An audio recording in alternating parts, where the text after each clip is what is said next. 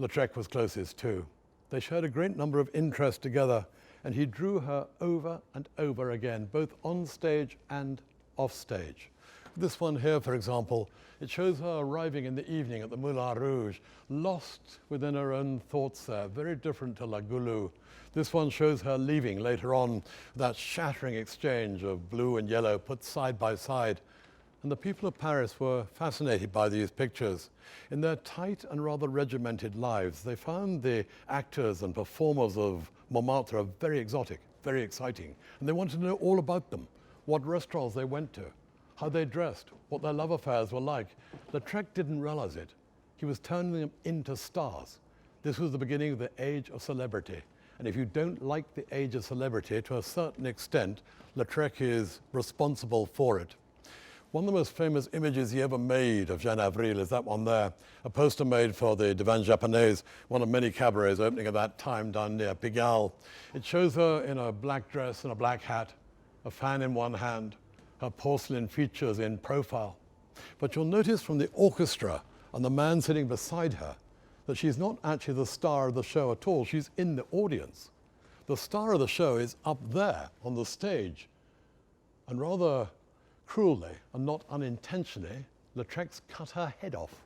But you can see from the very lanky, lean body, the trademark black gloves, that this is Yvette Gilbert. I'm certain you've heard the name. She is a disieuse. She didn't really sing. She sort of spoke the words to the music, emphasizing the meaning with gestures from her arms, rather the same way as Rex Harrison in My Fair Lady, a disieuse. She had a great number of posters made for her. This one here is by Ferdinand Bach, for example. This one here is by Chéret. He made all those designs for the champagne business. And when you look at them, you can see why she uses these artists, because they give her a bit of glamour. They put a bit of flesh on our bodies. She never used Lautrec, and when you look at his drawings, you can see exactly why she didn't. This is one of Lautrec's drawings of Yvette Gilbert taking a curtain call with those hooded, mocking eyes, the mouth like a razor cut across her face. But of course, you know instinctively when you look at that drawing, that's what she looked like, and she didn't like it. She wrote a letter to him one day saying, "Why do you make me so ugly, you horrible little monster?" And he did it because that's how she saw him. If you read her memoirs, she describes the first time she met Lautrec. She described his face, the skin, she said, that oily skin, a nose so wide it appeared to be the nose for two people. And down below it, those lips, those flattened purplish lips that hung like a pelmet around the obscene opening of his mouth. And because she found him so unattractive, he tortures her features and turns her into a monster. It's always the way with him. I said just now that he covered over the despair that he felt about his appearance by being the life and soul of every party. But in the end, it did destroy him. He turned increasingly to drink. Lautrec drank absolutely everything, every sort of brandy and whiskey, cocktails. He invented a great number of cocktails. Apart from anything else, he invented the prairie oyster. But more and more, of course, he turned to absinthe, the green fairy. This is a fascinating picture by him of Monsieur Beaulieu. At first sight, you think that glass of absinthe there belongs to him. And then you notice his drinks here on the tray. This is Lautrec's glass. It's become such a familiar part of his life by now. It actually appears in his pictures. I often wonder how conscious it was that that picture by Lautrec with a glass of absinthe seems almost to echo this one here by Degas, that same zigzag composition with the marble tables. Degas takes your attention from here to there, links it with the newspaper, endless verticals, exchanges of light and dark, warm and cold, all those games of Degas, but they are so similar in their design.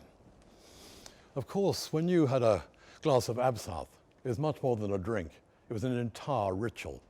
A glass of absinthe arrives in a glass like this with a little bulb at the bottom there. You then had a slotted spoon. You see one here. You normally had your own ones. Lautrec had several with his initials cut into them. You put it over the top of the glass and put a piece of sugar on that, and then you pour cold water onto it. It dissolves the sugars into the absinthe and turns it a very delicate, milky green color, a beautiful color for a very, very dangerous drink, because absinthe contains wormwood, and wormwood destroys your brain. And it certainly destroyed a great number of the artists of Montmartre, and in the end, it destroyed Lautrec. He became obsessed by weird fantasies. He was certainly being attacked by microbes. He used to pour kerosene on the studio floor, start fires in the loo bowl to try to get rid of them. Eventually, in 1899, he collapsed drunk in the street and broke his collarbone. This gave his family the chance to step in and have him removed away to a hospital in Neuilly. You see him convalescing in that photograph there. To begin with, he wasn't allowed to draw. They kept him completely in confinement, but eventually paper and pencils were brought, and he begins to draw out of his imagination, almost invariably, the San Fernando Circus at the base of Montmartre Hill. I'm always disturbed when you look at these drawings by Lautrec from the hospital, how often you see a tiny little creature being dominated by a tyrannical master. You see it there. You see it in that one again, that same image. But very often he just shows you these wonderfully delicate, graceful forms of performers in the circus. This shows a girl on a horse, possibly Suzanne Valadon, who'd started her life in a circus. It's always said that Lautrec made these drawings to prove to the doctors that he wasn't going mad. I think in the end, he did it to prove it to himself. Eventually, he was released from the hospital, but now kept under constant surveillance. If he wasn't with one of the nurses from the hospital, he had to be with his mother. You see the two of them together. But however hard they watched him, he remained drunk for the rest of his life. It's only after he died they worked out how he did it. It was his walking stick. He had a special walking stick made which had a little phial of absinthe and a glass with it. And the moment somebody turned their head, he whacked it down, and as a result, he never recovered. In those last years, his painting style became increasingly weak and emaciated, but there were occasional flashes of genius. This is a notable case there, The Girl at the Rat Mort, now hanging in the Courtauld Gallery in London. It's a beautiful picture. He calls it The Girl at the Rat Mort, but you don't really see the girl at all. What you see is the blaze of the gaslights on her blonde hair. You see the crimson of her smile. You see the fruit. You see the wine glasses. It's a picture about pleasure and temptation. It's a picture about the spirit of Montmartre, and had he painted no other canvas, that one painting would stand testament to his genius. He always said that he would never live to be 40 years old, and indeed it's true. He died of a massive stroke at the age of 37. The girls he'd made so famous didn't fare any better. La Goulou, who you see here, eventually became victim to the greed from which she took her nickname. She was unable to dance at the Moulin Rouge. Eventually, she started dancing down in the circus down below. You can see a picture of her booth there. She persuaded Lautrec to paint two big pictures to go on either side as advertisements for her dancing. They've been terribly badly damaged over the years, but now they both hang in the Musée d'Orsay. This is the right-hand one. It shows her dancing in the background there. Eventually, she was unable to dance at all. She ended her days selling matchsticks on the corner of the street by the Moulin Rouge. When she died, the only person in the room was a French priest. And he said that as she died in 1929, she imagined heaven like a great cabaret up in the sky, with St. Peter as a sort of bouncer at the door. And he said, he's bound to let me in, because he'll probably remember that I was once La Goulou. In this famous picture, we recognize many of the people in the foreground. This is Felix Pena, for example, the little Marxist art critic. There's Lautrec himself. That's Oscar Wilde, incidentally, rather bloated figure at the end of his life. And of course, unmistakably, Jeanne Avril. She lived right on to 1943, increasingly plagued by the mental problems that had always surrounded her. The one who actually did best by far was Suzanne Valadon. In middle life, she ditched her bohemian ways, married a very rich man called Musée. Musée was quite happy to give his name to her. He's rather less keen to give his name to her illegitimate child. The trouble was, you see, in 1883, she got herself pregnant. Not entirely surprising given her lifestyle. The trouble was, she had no idea who the father was. She rather suspected it was either Degas or Renoir, but she knew that they weren't going to step up to the mark. But then, of course, it could have been Eric Satie, it could have been Puy de Chavannes, it could have been anyone on the electoral roll of Montmartre. And she was bemoaning this one night in a cafe when a young Spanish artist stepped up and said that he'd be quite happy to give his name to this child. It would help it out. Or to quote his actual words, he said, I'd be quite happy to put my signature to a work of art by Renoir or Degas. And she accepted. And his name is Utrillo. So he became Maurice Utrillo. He was a very disturbed child. At the age of 9, he walked into his mother's studio, found her in bed with the male model. He was so shocked he ran across the road into the cafe. They gave him a glass of brandy and he never looked back. By the time he was 16, he was an appalling alcoholic. Eventually, the doctors who dried him out suggested a bit of occupational therapy, maybe carpentry, or maybe a bit of painting. Because Suzanne Valadon painted, she gave him a palette, and Utrillo became an artist. And of course, he is the author of those rather bleak, rather gaunt pictures of Montmartre. That's the image he makes of the Moulin de la Galette. You can't see it probably from where you are, but next time you're looking at a painting by Utrillo, always notice he writes the word Utrillo and then the letter V to remind you he is Suzanne Valadon's son. He became increasingly alcoholic. We have descriptions of him at work. He would stand with a glass in one hand and a brush in the other, and a piece of salt herring hanging out of his back pocket. A little trick he learned from Toulouse-Lautrec. Whenever your thirst begins to diminish, you take a bite at the herring and it sharpens it up again. You can drink a great deal more. But sometime around 1904, he found a new drinking companion, and that was the very dashing Italian artist Modigliani. Very different in personality, but the two became tremendous companions together. In fact, at one point, somebody asked Vittiglio, who's the greatest artist, you or Utrillo? He said, Utrillo, he can drink more than me. The two were just linked in his mind. Vittiglio was made out that his very distinctive style of painting came as a flash of genius during a bout of drinking. It's quite untrue. It's actually very, very carefully culled from Cézanne. You can see the link immediately there. Artists like to present that kind of legend about themselves. But they now begin to haunt Montmartre, looking for places to drink. One of their favorite places was the famous Lapin Agile, which I'm certain you all know, down there below the vineyards, below the Rue Courteau, remarkably unchanged to this day. This is the painting here by Utrillo. This is a photograph from much the same time as you see it. The name itself is interesting. Originally, it was called the Cabaret des Assassins, because it had gory pictures of assassinations taking place. But then they commissioned a sign, which you can actually see in that painting there. It shows a rabbit jumping out of the cooking pot rather sensibly with a bottle of wine in one hand. It was painted by the artist and illustrator André Gilles. And as a result, they called it Le Lapin Agile. And of course, that can be very quickly corrupted to the cabaret of the Lapin Agile, the Agile rabbit. It's the way the language worked up there, I'm told, in Montmartre in those days. The Lapin Agile was run by an old rogue called Fredé. You see him there on the right-hand side with that guitar. In the background are all the inmates of the Lapin Agile. I think that's probably the poet Apollinaire by the look of it. And you can see it's an extremely simple, quite run-down place. Just sawdust on the floors, a few rickety bits of furniture. The place decorated just by bric-a-brac he picked up in the flea markets. Sometime around 1904, there was a big damp patch on the wall, and he asked a young Spanish painter to paint a canvas to go in front of it. And for the first time, Picasso shows himself as the Harlequin figure. And you see Picasso there with Fredé's daughter, old Fredé in the background there.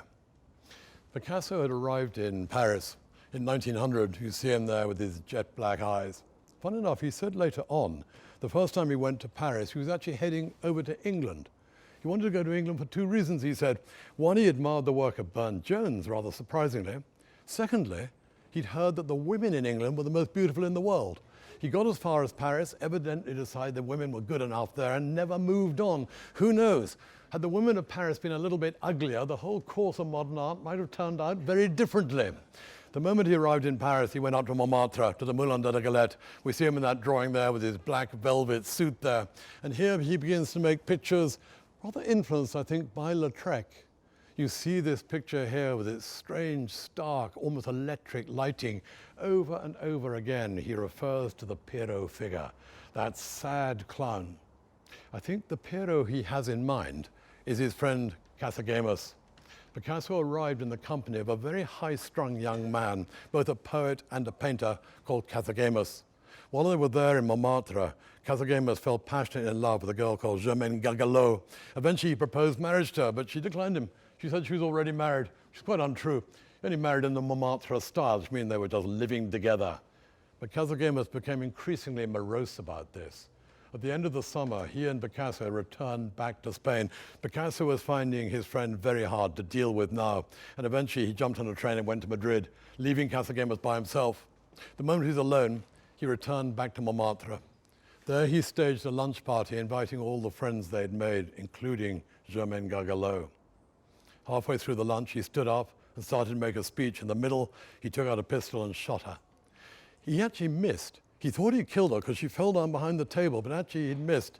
But assuming she was dead, he turned the gun on himself, and this time he didn't miss. Picasso was mortified. He knew that to an extent he was responsible. He's a very superstitious man, Picasso, and for the rest of his life he was haunted by the death of Casagemas, and he painted picture after picture of the death of Casagemas. Of course, he'd never seen this happen. This, of course, comes out of his imagination. This is the most striking version. It shows Casagemas lying on the bed there. In the background, a candle painted very much in the style of Van Gogh, who died, of course, exactly 10 years before. Dr. Gachet made a drawing of Van Gogh on his deathbed, and I'm certain Picasso is evoking it there. Again, somebody who's been martyred by his art, martyred by his trade. Picasso said after that picture, color was just no longer appropriate. And as a result, his paintings dived down into those dark, somber tones of gray and blue, the beginnings of the blue period. Those wonderful, evocative, poetic paintings he made up in Montmartre. Over and again, he refers to blindness. He was fascinated by blindness, as his fellow countryman Velázquez was. He loves the paradox of it. Here he paints a picture of a blind guitarist. He knows that man can never see the painting that he's made, and in return, Picasso can never, ever paint the music that comes out of that guitar. It's that ambiguity that fascinates Picasso always. Sometime around 1904, he settled permanently in Montmartre and moved into a building called the Bateau Louvois. I'm certain you're all fully aware of it.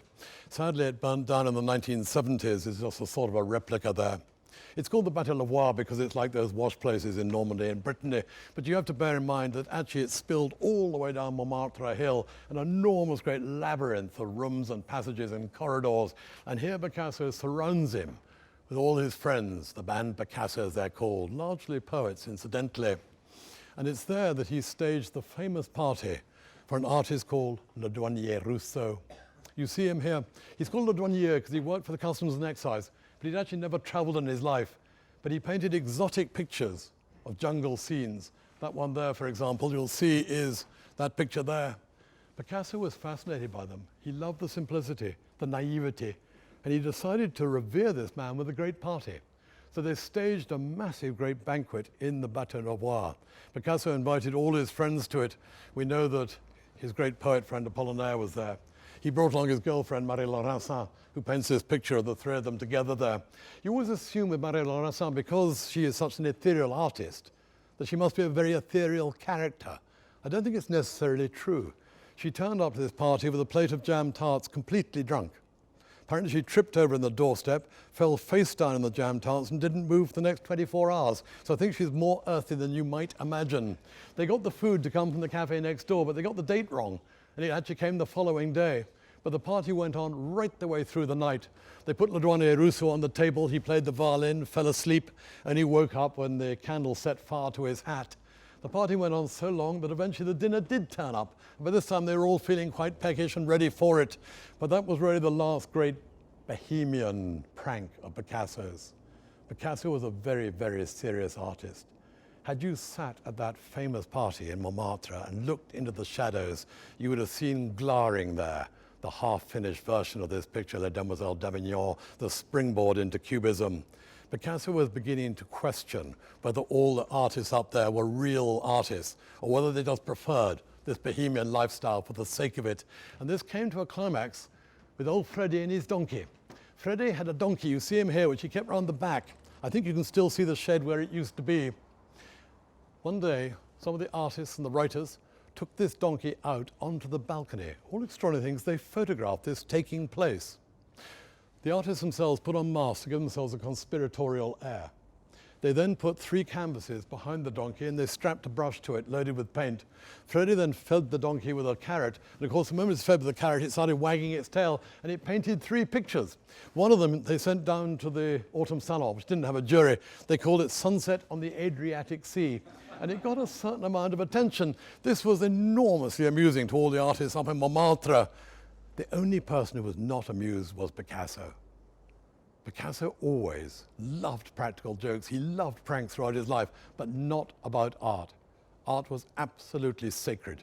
And he said that this actually proved the painters up there weren't proper artists, and it's this that really prompts him to leave Montmartre and go down the hill to Montparnasse, where, of course, the next stage of the glory days of Paris is going to emerge.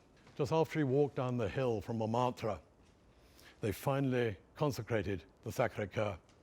It had been founded to commemorate those who died in the Franco-Prussian War, but by the time it was opened, they were long, long forgotten, as were most of the artists who'd lived under its shadow. And the only thing it ever commemorates is a small suburban village which is already slipping out of history and into legend. And now you can go and have dinner. There you go.